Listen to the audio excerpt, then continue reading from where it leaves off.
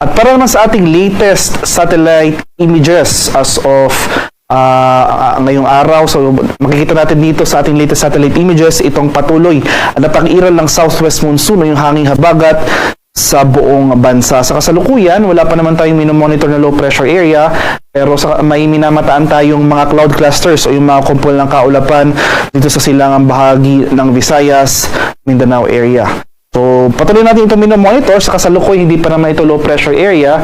Mas magiging concern natin ngayong araw yung pag-iral nga ng southwest monsoon o hanging habagat na siya magdudulot ng maulap na kalangitan na may mga kalat-kalat na pag-ulan, pagkulog at pagkilat sa kanlurang bahagi ng Southern Luzon, Visayas at sa Mindanao.